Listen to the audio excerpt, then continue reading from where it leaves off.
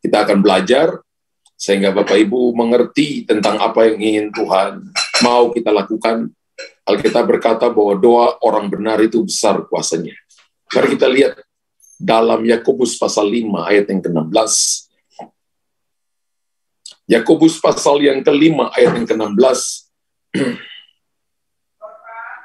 Karena itu hendaklah kamu saling mengaku dosamu dan saling mendoakan supaya kamu sembuh. Doa orang benar, doa orang yang benar, bila dengan yakin didoakan, sangat besar kuasanya. Sekali lagi saya baca firman Tuhan ini, Yakobus 5 ayat 16. Karena itu hendaklah kamu saling mengaku dosamu dan saling mendoakan supaya kamu sembuh. Doa orang yang benar, bila dengan yakin didoakan, sangat besar kuasanya. Jadi bukan doanya yang benar, tapi doa orang yang benar. Ya, sangat besar kuasanya. Berapa banyak Bapak Ibu yang mau punya doa yang sangat besar kuasanya? Maka Alkitab katakan jadi orang benar. Dan sebagai umat Tuhan, kalau Bapak Ibu lihat ayat ini, tentunya kita senantiasa ada waktu, kita punya waktu pribadi dengan Tuhan, waktu quality time dengan Tuhan, waktu berdoa secara korporat, entah itu sebagai sebuah keluarga suami istri dan anak-anak, orang tua dan anak-anak. Entah kita juga berdoa secara sebagai satu komunitas seperti yang kita lakukan atau ketika kita ada di gereja bersama-sama. Doa secara bersama-sama. Dan saya percaya bahwa entah itu doa untuk sebuah kebutuhan, pergumulan, permohonan, perlindungan, entah itu doa kelepasan, entah itu doa ucapan syukur, atau doa-doa syafaat yang sering kita bawa ya dalam persekutuan-persekutuan doa. Ya, Alkitab berkata dan sebagainya. Dan Alkitab berkata bahwa seringkali terjadi bahwa kita sendiri kurang yakin apakah doa yang dinaikkan itu benar-benar membawa pengaruh dalam kehidupan kita atau tidak. Bahkan ada waktu-waktu tertentu, Bapak Ibu perhatikan, kita malah meminta orang lain yang kita anggap lebih rohani, yang kita anggap lebih diurapi, yang kita anggap mungkin itu bapak rohani, mungkin itu gembala kita, mungkin itu pendeta, untuk berdoa bagi kita. Sering Bapak Ibu begitu? Ya, di komunitas kita ini, ya oke, awalnya oke, tapi saya ingin ajarkan Bapak Ibu, untuk Bapak Ibu dan saya lebih dewasa, supaya kita tidak cuma hanya untuk saya, tapi bagaimana saya mulai mendoakan orang lain. Ya, mendoakan orang lain ada dalam masalah itu sesuatu yang normal, ya. Tapi ketika Bapak Ibu berpikir bahwa taruh masalah dalam pikiran dan hatimu, maka itu abnormal. Ya, kalau setiap waktu kita hanya tergantung dengan orang lain yang lebih rohani, yang lebih berkarunia, yang hanya mendoakan kita keliru kalau lama-lama seperti itu. Tapi ketika Bapak Ibu mau sebaliknya, kita mau bertumbuh dan kita mulai berdoa sendiri, karena Alkitab tadi tidak membatasi bahwa hanya orang-orang tertentu saja, bahwa hanya pendeta, hanya bapak rohani, hanya orang yang berkarunia saja. Tapi Alkitab katakan doa orang yang benar, siapa saja yang mau hidup benar, yang mau mengenal Tuhan dengan benar, yang mau untuk bergantung sepenuhnya kepada Tuhan, sangat besar kuasanya. Doanya akan sangat besar kuasanya. Nah, kita menganggap bahwa kalau mereka yang berdoa, pasti lebih ampuh. Saya pikir bahwa itu pernyataan yang keliru, pernyataan yang salah. Dulu, saya juga ketika awal bertumbuh, saya pikir seperti itu. Kalau orang ini, ketika dia datang, wow, pasti doanya ampuh. Kalau orang ini berdoa ampuh, kalau orang ini mau berdoa untuk saya, bahkan saya nggak mau. Saya ingat waktu saya muda, saya nggak mau orang berdoa untuk saya yang saya lihat tidak berkarunia, tidak ini. Saya nggak mau. Saya hanya mau ketika orang itu datang, ketika dia tumpangin tangan, ketika dia bernubuat, ketika muji. Saya mau orang itu yang berdoa. Orang yang berdoa biasa-biasa dan orang lain tidak dijamah Tuhan, saya nggak mau. Awalnya saya berpikir seperti itu. Tapi ketika bertumbuh, mengenal Tuhan lebih dalam, ya, maka kita mulai percaya, mulai mengerti seperti apa yang dikatakan oleh Yakobus pasal 5 ayat 16 bahwa doa orang benar bila dengan yakin didoakan sangat besar kuasanya. Sehingga Bapak Ibu dan saya pada akhirnya ya kita tidak mengidolakan seseorang atau kita tidak menganggap bahwa seseorang itu dia memiliki kesaktian dalam doa. Saya mau ajarkan Bapak Ibu supaya kita mau bergantung sepenuhnya kepada Tuhan. Alkitab dikatakan begini, karena itu hendaklah kamu, siapapun, saling mengaku dosamu dan saling mendoakan, supaya kamu sembuh. Doa orang yang benar, bila dengan yakin didoakan sangat besar kuasanya. Alkitab memberikan kepada kita akses untuk kita datang mengaku dosa kita. Alkitab memberikan kepada kita akses, semua kita, untuk saling mendoakan. Untuk saling mendoakan satu dengan yang lain. Bukan hanya orang-orang tertentu. Bukan hanya orang-orang yang kita katakan, oh dia kalau doa baru sakti. Kalau orang ini doa tidak sakti. Ya. Tidak, Bapak Ibu. Tapi Alkitab katakan begini, kita akan melihat perkara-perkara besar akan terjadi. Tuhan memang memakai sebagian orang secara khusus. Saya percaya itu.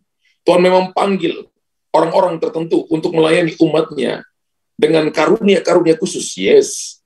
Tapi Tuhan juga ingin memperlengkapi saudara dan saya untuk kita punya kehidupan yang intim dengan Tuhan. Sehingga kita bisa mendoakan orang lain.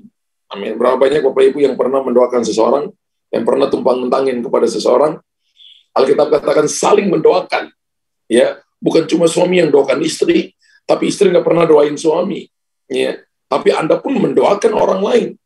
Anda pun tumpangin tangan kepada orang lain. Jangan lihat kalau orang mendoakan seseorang, terus orang keluar dari kursi roda, ketika orang itu kansernya sembuh, lalu kita hanya tergantung kepada doa orang itu. No. Ya, Alkitab tidak ajarkan seperti itu. Betul Tuhan pakai orang dalam karunia kesembuhan. Betul Tuhan pakai orang untuk mengusir setan. Tapi kita tidak tergantung dengan orang itu. Kita tergantung dengan Tuhan. Hati kita tergantung dengan Tuhan. Kita pun ambil bagian kita untuk saling mendoakan satu dengan yang lain. Dan Alkitab katakan otoritasnya yang Tuhan berikan kepada kita, yang turun ke atas kita, itu bukan suatu kesalahan jika kita meminta dukungan dari mereka. Tidak. Bukan sebuah kesalahan, tapi kalau kita bergantung dan menganggap bahwa kalau tidak didoakan oleh orang itu, maka tidak sesuatu yang menggairahkan, maka salah. Ya. Alkitab mengajarkan supaya orang benar ketika dia berdoa dengan sungguh-sungguh besar kuasanya. Dalam hal berdoa, Tuhan tidak membatasi siapa saja yang dapat menaikkan doa, yang memiliki kuasa dan benar-benar membawa pengaruh bagi kehidupan kita. Haleluya. Tuhan tidak membatasi siapa saja. Tuhan bisa pakai siapa saja untuk mendoakan kita.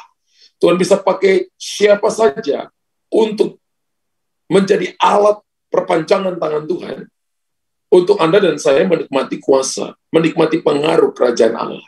Bahkan orang yang baru menerima Kristus sebagai Tuhan dan Juru Selamatnya pun juga bisa memiliki doa yang mempunyai kuasa. Amin. Yang penting kita mau datang dengan hati yang rindu, hati yang haus. Satu saat saya ingat salah satu senior saya di Ceritra ketika dia melayani seseorang, dan orang ini orang yang biasa, saudara. Dia melayani dalam sebuah satu ibadat, tiba-tiba seorang ini, anak muda itu, dia datang dan dia berkata begini, Pak Pendeta, bolehkah saya doain Bapak? Ketika dia ngomong itu, senior saya ini nggak nolak juga. Tapi dalam hatinya, ada suara yang berkata begini, kan kamu pendeta, dia ini siapa, kamu nggak kenal. Ya. Kenapa dia mau doain kamu? Jadi dia katakan ada roh kesombongan dalam dirinya. Tapi hari itu dia katakan begini, dia katakan saya mau, lalu dia tutup mata. Tapi ketika dia tutup mata, ada dua suara. Ada satu suara yang berkata, kamu mau didoain oleh orang ini, siapa dia? Alkitab ajarkan bahwa kita juga jangan sampai salah menumpangkan tangan kepada seseorang dan terbawa-bawa dalam dosa orang itu. Tapi ada banyak orang datang dan berkata, saya mau doakan kamu. Ketika dia pejamkan mata, ada dua suara. Tapi dia mau matikan suara yang negatif itu dan mau mendengarkan doa anak muda ini. Dan Bapak Ibu tahu, setelah hari berjalan, waktu berganti. Beberapa tahun kemudian, anak muda itu dipakai oleh Tuhan dengan cara yang ajaib, yang luar biasa. Saya beritahukan kepada saudara, ya, Tuhan bisa pakai siapa saja.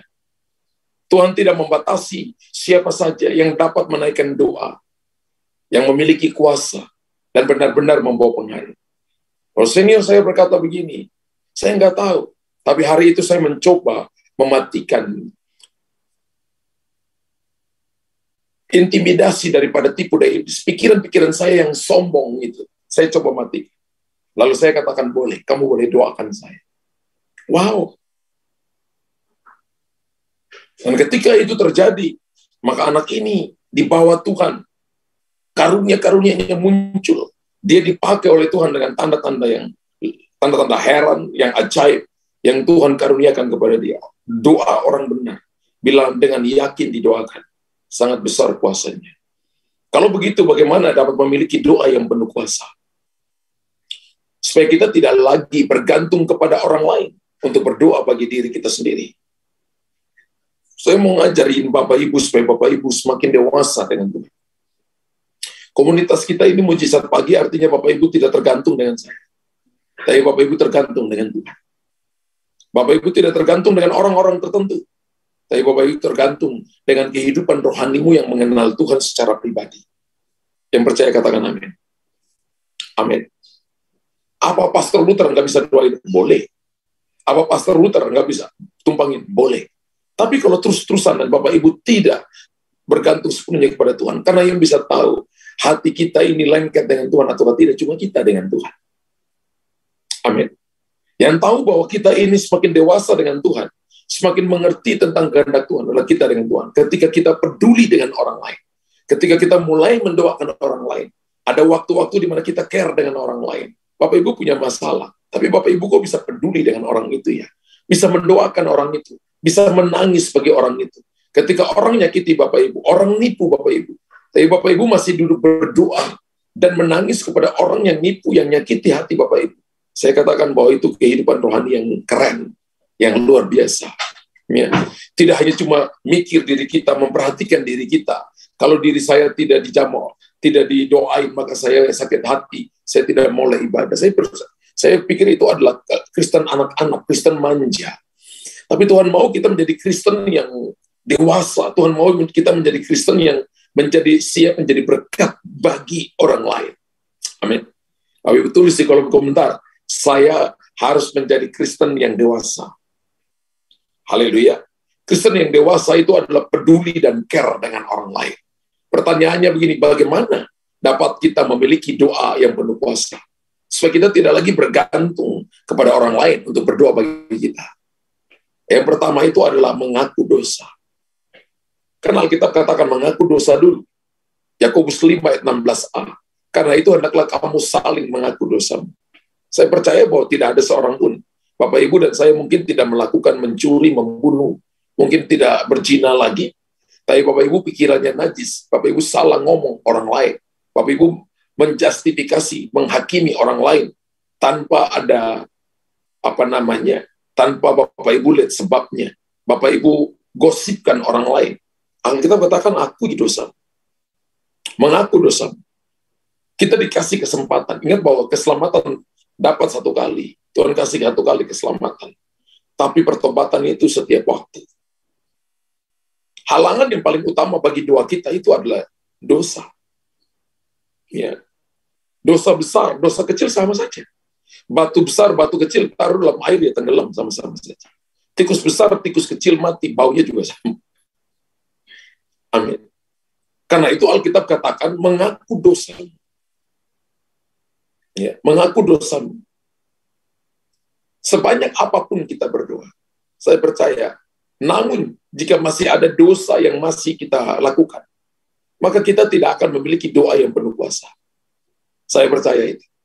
Kenapa saya percaya? Karena Yesaya 59 ayat 1 sampai ayat yang kedua berkata begini. Sesungguhnya tangan Tuhan tidak kurang panjang untuk menyelamatkan. Dan pendengarannya tidak kurang tajam untuk mendengar. Tetapi yang merupakan pemisah, penghalang antara kamu dan Allahmu ialah kejahatanmu. Dan yang membuat dia menyembunyikan diri terhadap kamu sehingga ia tidak mendengar, ialah segala dosa. Jadi menjadi penghalang, yang membuat sehingga tangan Tuhan itu jadi pendek, yang menjadi pemisah, menjadi tembok tebal. Anda tidak bisa melihat jawaban daripada Tuhan. Cuma satu, dosa. Tapi Alkitab berkata dalam 1 Yohanes 1 ayat yang ke-9, jika kita datang mengaku segala dosa kita, maka ia adalah setia dan adil, ia mengampuni dan melupakan segala dosa kita. Alkitab katakan, jika kita mengaku dosa kita, maka ia adalah saudara, setia dan adil. Sehingga ia akan mengampuni segala dosa kita dan menyucikan kita dari segala kejahatan. 1 Yohanes 1 ayat 9 kata kuncinya ada pada mengaku dosa kita. Mengaku di hadapan Tuhan. Haleluya. Lalu kalau Bapak Ibu mengaku di hadapan Tuhan, Yesaya pasal 43 ayat 25, ketika kita mengaku, Alkitab berkata, Tuhan tidak ingat-ingat dosa kita. Akulah dia menghapus dosa pemberontakanmu, oleh karena aku sendiri, dan aku tidak mengingat-ingat dosamu. Istrimu masih ingat dosamu, suami masih ingat dosamu, orang tua masih ingat kesalahan, anak-anak masih ingat kesalahan orang tua, bisa sakit hati dan marah. Tapi ketika kita datang mengaku dosa kita, maka Alkitab memberikan kepada kita jaminan, Tuhan tidak ingat-ingat dosa kita. Mungkin Bapak Ibu pun sendiri masih ingat dosa. Kemarin sudah ngaku, hari ini Bapak Ibu masih, Tuhan ampuni saya. Roh Kudus berkata begini, dosa yang mana aku lupa, aku nggak ingat. Yang selalu ingat dosa kita itu adalah setan. Setan mencatat dosa kita dalam kitab yang buku hitamnya. Tapi Tuhan menghapus segala dosa kita. Setan akan terus mengintimidasi kita. Tapi hari ini Bapak Ibu tahu bahwa ketika kita datang mengaku dosa, maka itu adalah awal daripada pembaharuan. Awal daripada sebuah pemulihan itu dimulai dengan pengakuan. Bapak Ibu tulis di kolom komentar. Awal sebuah pembaharuan dimulai dengan pengakuan. Ketika Bapak Ibu mengaku, maka awal daripada pemulihan. Awal daripada pemulihan keluargamu, mulai daripada pengakuan. Awal daripada pemulihan dalam pelayananmu, mulai daripada pengakuan. Akuilah dosa yang ada. Bertobat dan datang pada Yesus. Tuhan yang kita sembah adalah Tuhan yang setia. Amin. Dan Dia akan menghapus setiap dosa kita kalau kita akui di hadapannya. Jangan sembunyikan dosa, Bapak Ibu. Akui di hadapan Tuhan, supaya Anda diampuni. Amin. Firman Allah berkata, barang siapa mengakui dosa, maka dia diampuni. Barang siapa menyimpannya, maka dia menanggung penghukuman dalam dirinya. Dan dia akan dihukum dalam penghukuman kekal. Jangan lakukan lagi dosa yang pernah diperbuat. Saudara dan saya harus minta Roh Kudus berikan kekuatan supaya kita bisa hidup benar di hadapan Tuhan. Amin. Alkitab berkata begini, saling mengaku dosa. Ketika kita saling mengaku dosa, maka Anda harus bertumbuh. Anda harus bertumbuh. Orang selesai mengaku dosa, bukan berarti tidak lagi baca Alkitab. Tapi dia harus mulai masuk dalam kehidupan doa yang rutin, yang konsisten. Dia harus masuk dalam keintiman dengan Tuhan. Maka itu langkah yang kedua, mengaku dosa. Dikatakan baru yang kedua, saling mendoakan. Yakobus pasal 5, 16 bagian B, dan saling mendoakan supaya kamu sembuh. Sembuh bukan cuma dari penyakit, sembuh bukan cuma bisnis dipulihkan, tapi sembuh secara rohani. Amin. Ada orang yang sakit rohani, ada orang yang sakit fisik. Orang sakit fisik, kalau sudah tidak bisa ditanggulangi di rumah, dibawa ke rumah sakit. Perlu tangan dokter ya, untuk menolong dia. Tapi kalau dia sakit rohani, yang bisa tolong dia hanya Tuhan. Anda perlu datang kepada hamba-hamba Tuhan supaya minta pertolongan dari Tuhan. Anda perlu datang kepada anak-anak Tuhan yang hidup benar di hadapan Tuhan supaya saling mendoakan supaya Anda sembuh. Saya percaya bahwa tidak ada pelayanan yang bisa berjalan dengan baik tanpa dukungan doa dari orang-orang yang punya hati untuk mau berdoa bagi pelayanan itu. Saya percaya bahwa sebuah pelayanan, sebuah pekerjaan akan menjadi lebih baik ketika semuanya mau ikut dalam kehidupan doa, saling mendoakan satu dengan lain. Makanya gereja punya menara doa, gereja punya pasukan doa, tim doa untuk mendukung. Alkitab berkata bahwa dalam kitab Yosua ketika mau pimpin Israel melewati sungai Yordan, maka yang dia taruh di depan adalah para prajurit lebih dulu. Prajurit bicara tentang pasukan doa. Setelah para prajurit, barisan kedua itu peniup sangkakala, bicara tentang pujian penyembahan. Setelah peniup sangkakala, baru dikatakan tabut perjanjian, gambaran hadirat Allah. Jadi kalau ada doa, ada pujian penyembahan, maka hadirat Allah akan turun. Dan kalau hadirat Allah akan turun, maka barisan penutup, jiwa-jiwa akan datang mengikuti. Dan prinsip ini diulangi lagi oleh Tuhan Yesus. Tuhan Yesus itu ketika ada di dunia, dia bangun pagi-pagi lebih dulu, berdoa lebih dulu dengan Bapaknya sebelum masuk dalam pelayanan. Sama seperti yang kita lakukan dalam mujizat pagi. Sebelum kita masuk dalam pekerjaan, kita datang berdoa lebih dulu, dengar firman lebih dulu, saling mendoakan lebih dulu. Amin. Ada kalanya bahwa ketika kita sendiri sedang dalam kondisi tidak sehat, tapi Tuhan meminta kita mendoakan orang sakit. Berkali-kali saya katakan kepada Bapak Ibu begini, kalau Tuhan Anda ingin supaya masalahmu selesai atau dalam keuangan, cari orang yang punya problem dalam keuangan, doakan dia. Kalau Anda sedang sakit, cari orang sakit, doakan orang sakit. Maka ketika Anda peduli dengan orang lain, Tuhan peduli dengan saudara. Haleluya. Amin. Ketika Anda lihat orang dalam masalah dan Anda mendoakan dia, maka masalahmu diurus oleh Tuhan. Atau bahkan ketika kita sendiri sedang ada masalah, tapi orang lain yang meminta untuk didoakan, atau segala masalah yang mereka hadapi, doain mereka. Mulai berdoa bagi mereka. Amin. Dan ketika kita taat mengikuti perintah Tuhan, kita akan melihat pekerjaan Tuhan, mujizat Tuhan, penyertaan Tuhan, yang luar biasa akan terjadi atas hidup kita, atas keluarga, atas pekerjaan, bisnis, dan pelayanan kita. Dan Tuhan mau, nggak hanya cuma satu orang, Bapak Ibu. Tuhan mau kita lakukan secara bersama-sama.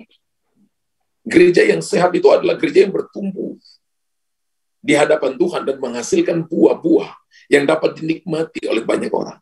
Dan kita akan melihat bahwa Tuhan sendiri yang akan membereskan masalah-masalah yang kita hadapi ketika kita peduli dengan orang lain, ketika kita mengikuti perintahnya, dan Alkitab berkata saling mendoakan, itu artinya peduli dengan orang lain, lebih daripada Anda hanya memperhatikan diri kita sendiri. Doakanlah orang-orang yang membutuhkan dukungan doa. Maka Tuhan akan memberikan apa yang kita ingini. Kalau Anda mau tetap sehat, doakan orang sakit. Haleluya. Doakan orang sakit. Saya ingat, saya baca sebuah buku, dan saya lupa nama hamba Tuhannya siapa ya. Ya, saya lupa nama hamba Tuhan. Dikatakan ketika terjadi flu Spanyol 18-19 kalau nggak salah ya. Ya, 19-19 kalau nggak salah. Maka orang itu digerakkan oleh Tuhan untuk pergi ke rumah-rumah sakit. Dan jemaatnya larang, tapi dia katakan Tuhan suruh saya pergi. Memang dia dipakai dengan karunia. Karena disuruh Tuhan ya, karena disuruh Tuhan. Dan dia pergi, saudara. Dan sampai di sana,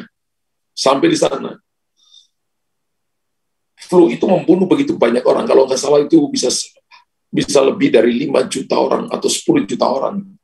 Orang mati begitu banyak. Karena tidak ada media komunikasi seperti sekarang. Ya, sehingga orang muda tertular. Banyak orang yang mati. Dan dia pergi, saudara. Ketika dia pergi sampai sana, dia ketemu dengan seorang dokter, karena dia tidak pakai masker, dan dokter katakan, kamu pakai masker.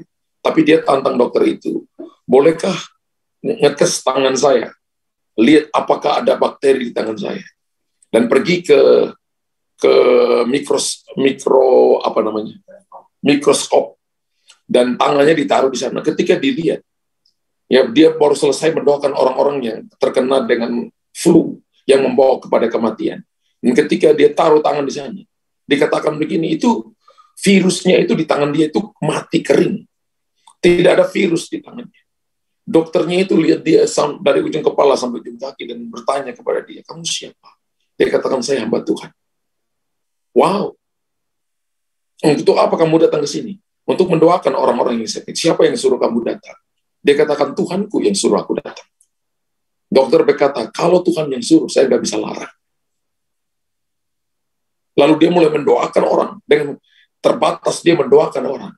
Saya percaya kalau hari ini Tuhan pakai orang seperti itu, seperti apa yang Bapak Ibu alami di komunitas kita ini, ada memang betul orang-orang tertentu yang dipakai oleh Tuhan, yang disuruh oleh Tuhan. Ketika Bapak Ibu mendoakan orang lain, maka Tuhan jaga Anda akan tetap sehat. Keadaan Anda baik-baik saja. Doakan orang-orang yang membutuhkan dukungan doa. Maka Tuhan akan memberikan apa yang kita ingini. Bapak Ibu nggak usah takut dengan situasi keadaan.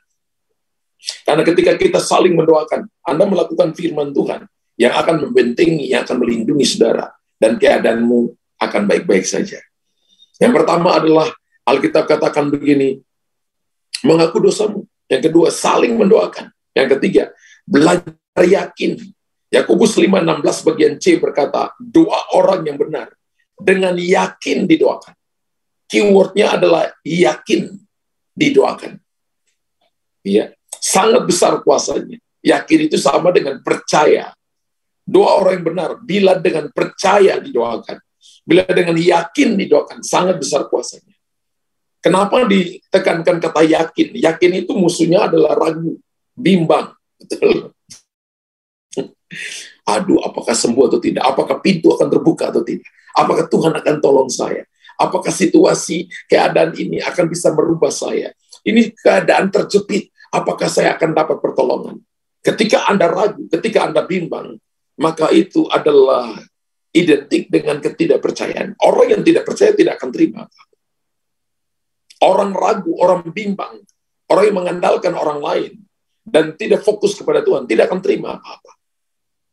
Kalau Bapak Ibu baca dalam kitab Yakobus, Alkitab katakan begini, orang yang ragu, orang yang bimbang, itu seperti gelombang laut.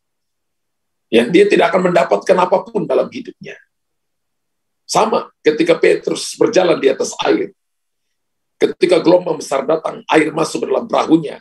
Dan ketika Yesus datang berjalan di atas air, awalnya mereka bilang itu hantu. Tapi ketika tahu itu adalah Tuhan, Petrus menawarkan diri, kalau itu engkau Tuhan, suruh aku keluar.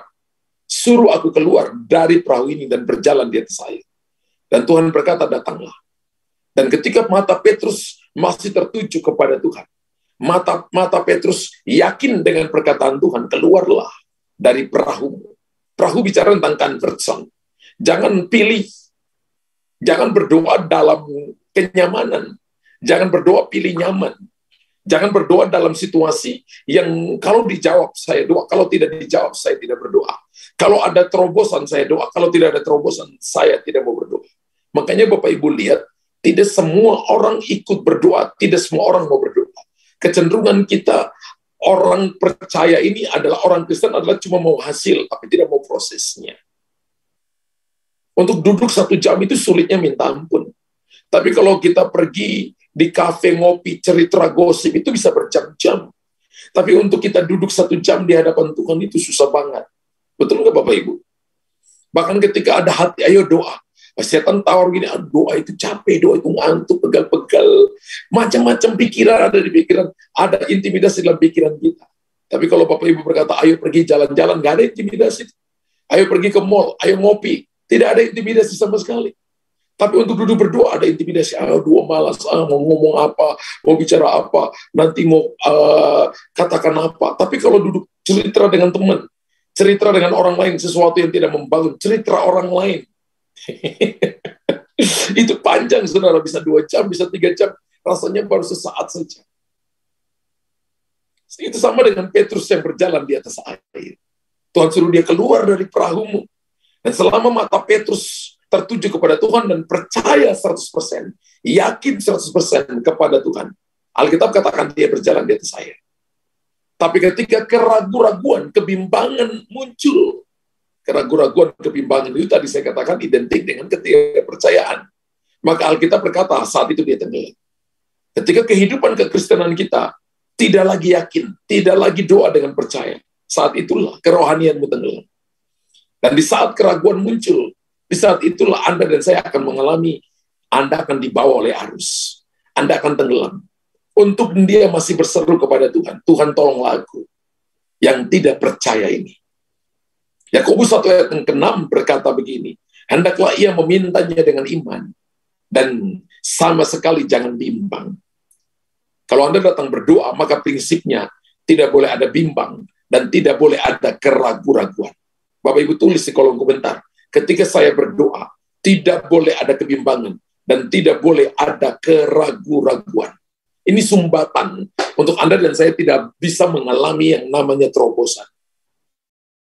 Jangan memintanya, hendaklah ia memintanya dengan iman, dan sama sekali jangan bimbang. Sebab orang yang bimbang sama dengan gelombang laut yang diombang-ambingkan kian kemari oleh angin. Orang bimbang itu mudah berubah. Hari ini percaya, besok tidak percaya. Besok percaya, lusa tidak percaya. Orang itu tidak akan pernah mengalami terobosan. Amin. Kalau mau lihat seseorang percaya, lihat dari perkataan yang keluar dari mulutnya. Kalau mulutnya tidak bicara yang lurus, tidak bicara yang beriman, maka orang itu mudah diombang-ambingkan.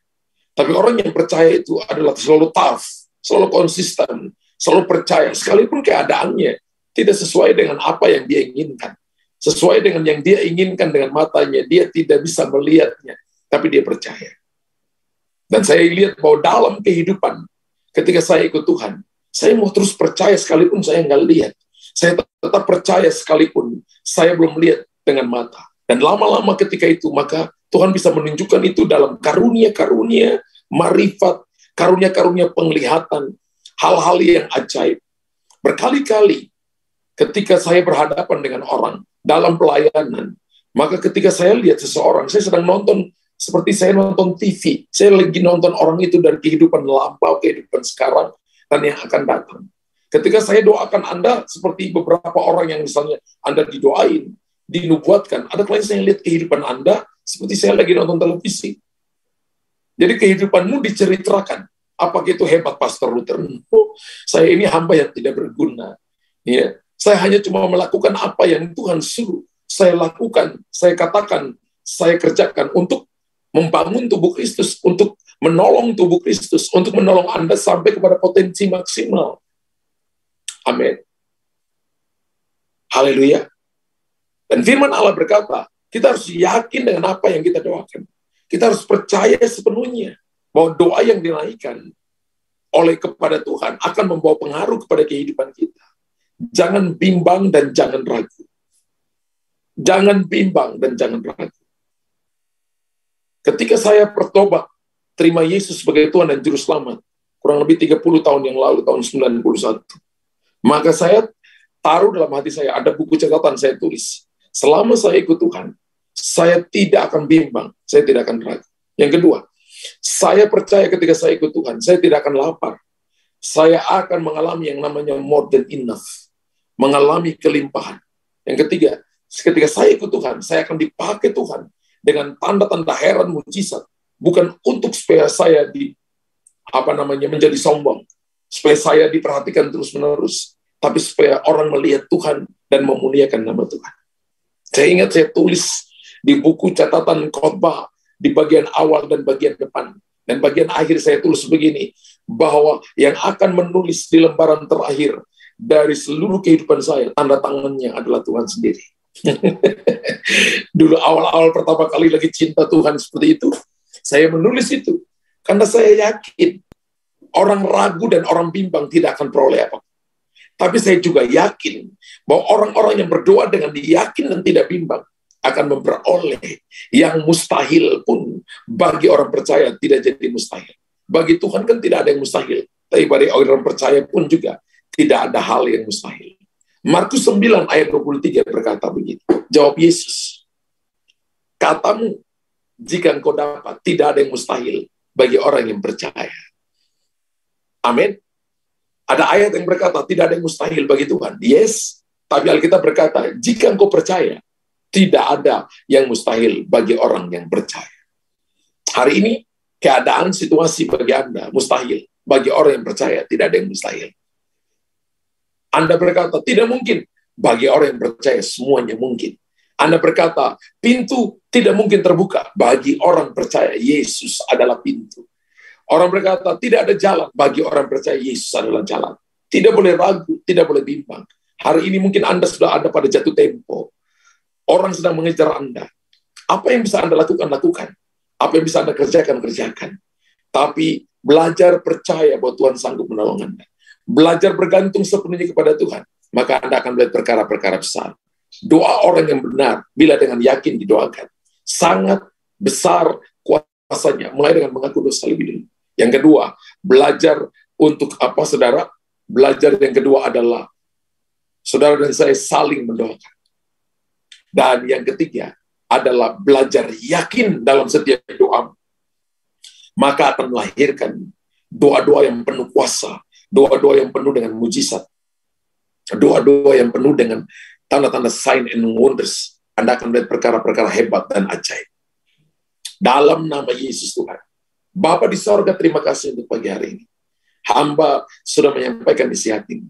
Dan aku percaya firman-Mu, ya dan amin. Aku percaya bahwa firman-Mu berkuasa. Dan firman-Mu adalah pribadi-Mu sendiri. Sampaikan isi hatimu dan materaikan itu dalam setiap kami. Engkau telah berfirman kepada kami. Dan kami ingin memiliki doa yang penuh kuasa.